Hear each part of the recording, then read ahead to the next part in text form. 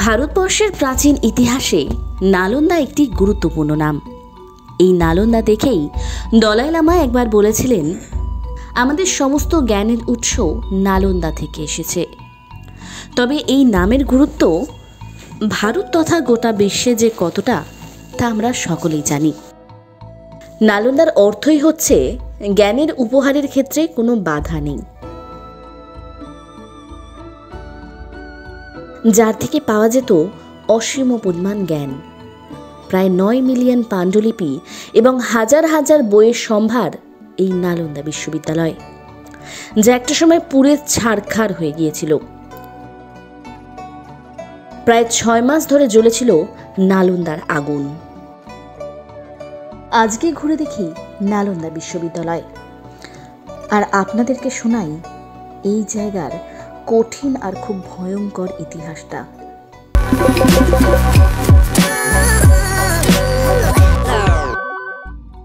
নালন্দার পরতে পরতে রয়েছে সত্য মিথ্যার লুকাচুরি। কোনটা সত্যি আর কোনটা মিথ্যে, এই সবের হিসেব নিকেশ আজও চলছে। ঐতিহাসিকদের একাংশের মতে নালন্দা বিশ্ববিদ্যালয়ে তার ধ্বংস আর তার অবদান সবকিছুতেই রয়েছে এক মিথ্যাচার। অপরদিকে অনেকেরই মতে নালন্দাই হচ্ছে একমাত্র বিশ্ববিদ্যালয় যা ধ্বংসের জন্য উঠে পড়ে লেগেছিলেন বখতিয়ার খিলজি। তবে পৃথিবীর প্রাচীনতম এই বিশ্ববিদ্যালয় ইতিহাসের পৃষ্ঠায় এক অসীম অবদান রাখে। নালন্দা বিশ্ববিদ্যালয় ছিল প্রাচীন শিক্ষার দরবারের উচ্চ শিক্ষা অর্জনের সবচেয়ে গুরুত্বপূর্ণ এবং বিখ্যাত বিশ্ববিদ্যালয়।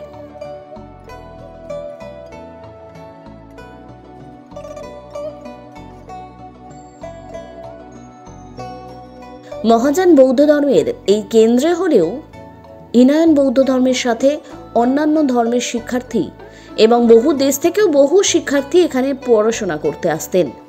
বর্তমানে ভারতের বিহার রাজ্যের পাটনার 4.5 কিলোমিটার দক্ষিণ পূর্বে এবং রাজগীরের 11.5 কিলোমিটার উত্তরে একটি গ্রামের কাছে চীনা প্রত্নতাত্ত্বিক রাহুলের দ্বারা আবিষ্কৃত এই দুর্দান্ত প্রাচীন ভারতীয় বিশ্ববিদ্যালয়ের ধ্বংসাবশেষ অবস্থিত। পৃথিবী তথা সারা ভারতে নালন্দার অবদান অনেক।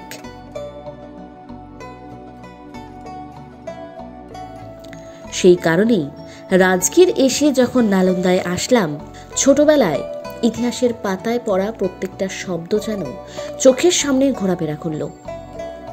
গেটের ভিতরে ঢুকেই 40 টাকা দিয়ে টিকিট কেটে প্রবেশ করলাম মেন প্রিমিসেসে। বলে রাখি, ইন্ডিয়ানসদের জন্য 40 টাকা আর ফরেনারদের জন্য 200 টাকা টিকিট। নালন্দাই সর্বপ্রথম সম্পূর্ণ আবাসিক বিশ্ববিদ্যালয়, যেখানে প্রায় 10,000 শিক্ষার্থী এবং 2,000 শিক্ষক ছিলেন। শিক্ষার জন্য শিক্ষার্থীরা কেবল ভারতের বিভিন্ন অঞ্চল থেকে নয়, আসত কোরিয়া, জাপান, চীন, তিব্বত, ইন্দোনেশিয়া, পার্সিয়া এবং তুরস্ক থেকে। নালন্দায় ভর্তি হতে গেলে কিন্তু খুবই কঠিন প্রবেশিকা পরীক্ষার মাধ্যমে ভর্তি হতে হতো, আর সেই কারণেই শুধুমাত্র মেধাবী শিক্ষার্থীরাই পারত এখানে ভর্তি হতে। নালন্দা বিশ্ববিদ্যালয় আক্রমণকারীদের দ্বারা 3 বার ধ্বংস হয়েছিল। তবে এটি কেবলমাত্র 2 বার পুনর্নির্মাণ করা হয়েছে। স্কন্দগুপ্তের শাসনকালে অর্থাৎ 455 থেকে 467 খ্রিস্টাব্দ মিহিরকুলের অধীনে হিউয়েনের দ্বারা প্রথম ধ্বংস হয়েছিল। তবে স্কন্দগুপ্তের উত্তরসূরিরা একটি বড় বিল্ডিং এর সাথে পাঠাগারটি নির্মাণ করেছিলেন পুনরায়। দ্বিতীয় ধ্বংসটি গৌদাস 7ম শতাব্দীর গোড়ার দিকে করেছিলেন। তবে এইবার বিশ্ববিদ্যালয়ের বৌদ্ধ রাজা হর্ষবর্ধন তা মেরামত করেছিলেন। সালটা ছিল 606 থেকে 648 খ্রিস্টাব্দ। তবে তৃতীয়বার এবং সবচেয়ে ভয়াবহ আক্রমণটি হয়েছিল 1193 সালে। অটোমান সেনাপতি ইখতিয়ার উদ্দিন মোহাম্মদ বিন বখতিয়ার খিলজি এবং তার সেনাবাহিনী, যা প্রাচীন নালন্দা বিশ্ববিদ্যালয়কে ধ্বংস করে দিয়েছিল। তুরস্কের মুসলিম শাসক বখতিয়ার খিলজি, যার পুরো নাম এখতিয়ার উদ্দিন মোহাম্মদ বিন বখতিয়ার খিলজি ভারত আক্রমণ করেছিলেন তিনি এবং জ্বালিয়ে ছারখার করেছিলেন পুরো নালন্দা বিশ্ববিদ্যালয়। শুধু তাই নয়, অনেক ধর্মীয় এবং বৌদ্ধ সন্ন্যাসীকেও হত্যা করেছিলেন তিনি। সেই সময় বখতিয়ার খিলজি উত্তর ভারতের কিছু অঞ্চল দখল করেছিলেন। একবার তিনি বেশ অসুস্থ, তবে তিনি তার রাজকবিরাজদের কাছ থেকে যে চিকিৎসা পেয়েছিলেন তার আরোগ্য করতে পারেনি। দিনের পর দিন খুবই খারাপ অবস্থায় পৌঁছাচ্ছিলেন তিনি। তারপরে কেউ তাকে পরামর্শ দিয়েছিলেন যে নালন্দা বিশ্ববিদ্যালয়ের আয়ুর্বেদ বিভাগ, যার প্রধান রাহুল শ্রীভদ্রা, তার কাছে যেতে, তার কাছ থেকে চিকিৎসা নিতে। তবে যদিও খিলজি কিন্তু এ বিষয়ে একেবারেই প্রস্তুত ছিলেন না। তার রাজকবিরাজদের প্রতি তার বিশ্বাস ছিল অগাধ। তিনি বিশ্বাস করতেন যে ভারতীয় কোনো চিকিৎসকরা তার চিকিৎসা করতে পারবেন না। তার রাজকবিরাজদের থেকে বেশি জ্ঞান অর্জন করতে কেউই পারেন না। তবে নিজের জীবন বাঁচাতে তাকে নালন্দা বিশ্ববিদ্যালয়ের আয়ুর্বেদ বিভাগের প্রধান আচার্য রাহুল শ্রীভদ্রাকে ডাকতেই হয়েছিল। তখন বখতিয়ার খিলজি বৈদ্যরাজ অর্থাৎ রাজকবিরাজের সামনে এক অদ্ভুত শর্ত রেখেছিলেন। সেই শর্ত হলো, আমি তোমার দেওয়া কোনো ধরনের ওষুধ খেতে পারি না, ওষুধ ছাড়াই আমার রোগ সারিয়ে তোলো। এই কথাটি শোনার পরই চিন্তা ভাবনা করে বৈদ্যরাজ তার শর্ত মেনে নিয়েছিলেন এবং দিন কয়েক পরে তিনি একটি কুরআন নিয়ে আসেন খিলজির কাছে। বলেছিলেন, এই কুরআনের একটি নির্দিষ্ট পৃষ্ঠা থেকে অন্য একটি নির্দিষ্ট পৃষ্ঠা পর্যন্ত এক নাগারে পড়ুন, ঠিক হয়ে যাবে সবকিছু। বখতিয়ার খিলজি বৈদ্যরাজের এই কথা শুনে অবাক হয়েছিলেন, তবে কুরআন তিনি পড়েছিলেন আর বৈদ্যরাজের কথা অনুযায়ী রোগ নিরাময় হয়েছিল। কথিত আছে যে রাহুল শ্রীভদ্র কোরআনের পৃষ্ঠায় এক ওষুধ পেস্ট করে প্রয়োগ করেছিলেন। সেই পৃষ্ঠাগুলো যখন খিলজি থুতু দিয়ে পড়ছিলেন, সেই থুতু দিয়ে হাতের সাথে বৈদ্যরাজের লাগানো পেস্ট তার হাতের মাধ্যমে শরীরে প্রবেশ করে, যার ফলে তার ভেঙে যাওয়া শরীর পুনরুদ্ধার করতে সক্ষম হন। তবে বাদ সাধল এখানেই। খিলজি ভাবলেন, একজন ভারতীয় পণ্ডিত ও শিক্ষক তার রাজবৈদ্যদের চেয়ে বেশি জ্ঞান রাখেন। এই নিয়ে খিলজি খুব চিন্তায় পড়লেন। তিনি সিদ্ধান্ত নিয়েছিলেন দেশ থেকে ভারতীয় জ্ঞান এবং আয়ুর্বেদের শিকড়কে একেবারে শেষ করবেন। ফলস্বরূপ খিলজি নালন্দার দুর্দান্ত গ্রন্থাগারে আগুন ধরিয়ে দেন। প্রায় 9 মিলিয়ন পাণ্ডুলিপি পুড়ে ছারখার হয়।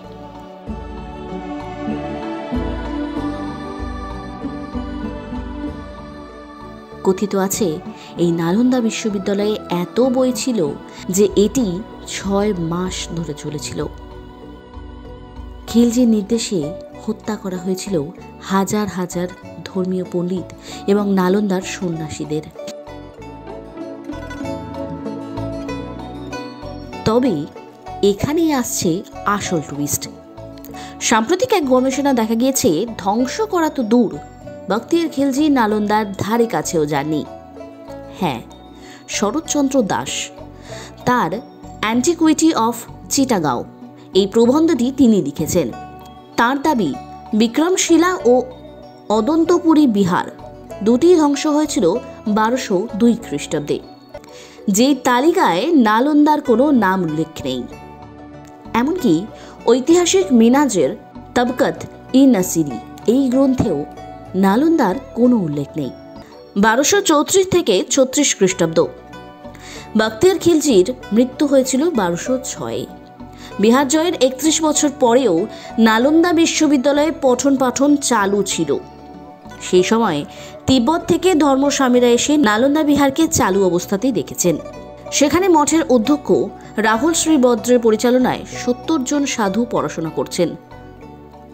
আর এখানেই অনির্বাণ বন্দ্যোপাধ্যায় প্রশ্ন তুলছেন, সবাই যখন বলছেন নালন্দা ধ্বংস হয়েছে, তাহলে ধ্বংস তো হয়েছেই, কিন্তু তা ধ্বংস করল কে?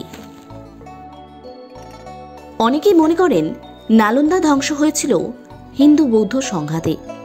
বৌদ্ধ গয়া দর্শন রাজগীর নালন্দা পাওয়াপুরী নামক এক পর্যটক সহায়ক পুস্তিকায় বলা হয়েছে, 5ম শতাব্দীতে ব্রাহ্মণ দার্শনিক ও প্রচারক কুমার ভট্ট এবং শঙ্করাচার্যের প্রচেষ্টাতেই বৌদ্ধ ধর্মের প্রভাব ক্ষয় হয়েছিল।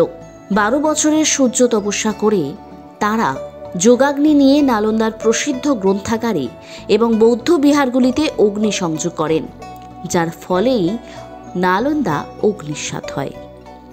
অন্য এক সূত্রে তিব্বতীয় শাস্ত্র পক্সাম ইয়ান জংয়ে বলা হয়েছে, উগ্র হিন্দুরা নালন্দার সব গ্রন্থাগার পুড়িয়ে দিয়েছিল। তবে ডিয়ার পাতিল মনে করছেন নালন্দার গ্রন্থাগার পুড়িয়েছিলেন শৈব সম্প্রদায়ের মানুষেরা। আবার অপরদিকে বিশিষ্ট তাত্ত্বিক লেখক ভূপেন্দ্র দত্ত নালন্দা মহাবিহার ধ্বংসের জন্য ব্রাহ্মণ্যবাদীদেরই দায়ী করছেন। তিনি তার বাংলার ইতিহাস গ্রন্থে লিখেছেন, নালন্দা লাইব্রেরি বেশ কয়েকবার বিধ্বস্ত হয়। তিব্বতীয় পুস্তকে উল্লেখিত হয়েছে, ধর্মসম্বন্ধ অর্থাৎ নালন্দার বৃহৎ লাইব্রেরি 3টি মন্দিরে রক্ষিত ছিল। তীর্থিক অর্থাৎ ব্রাহ্মণ ভিক্ষুকদের দ্বারা অগ্নিসংযোগে তা ধ্বংস হয়। মগধের রাজমন্ত্রী কুকুৎসিদ্ধ নালন্দায় একটি মন্দির নির্মাণ করেছিলেন। সেখানে ধর্মোপদেশ প্রদানকালে কিছুজন তরুণ ভিক্ষুক 2জন তীর্থিক ভিক্ষুকের গায়ে নোংরা জল নিক্ষেপ করে। তার ফলেই ক্রুদ্ধ হয়ে রত্নসাগর, রত্নধনুক এবং 9 তলাযুক্ত রত্নদধি নামক 3টি মন্দির অগ্নিসংযোগে ধ্বংস করে। জানা যায় সেই মন্দিরেই সমষ্টিগতভাবে ধর্মগ্রন্থ বা গ্রন্থাগার ছিল। এত সকল কথার মাঝে সত্য মিথ্যার যাচাইটা থেকেই যায়।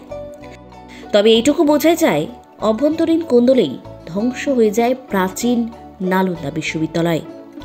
হয়তো এই ধ্বংসের কারণেই ভারতীয় উপমহাদেশ পিছিয়ে পড়েছে আরও 2000 বছর।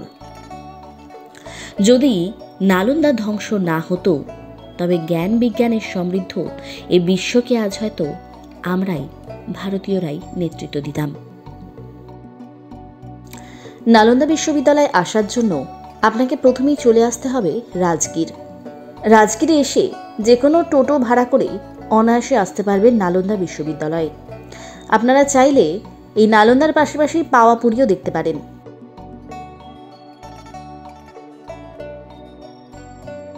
পাওয়াপুরির ভিডিও পরবর্তী ভিডিওতে আসবে।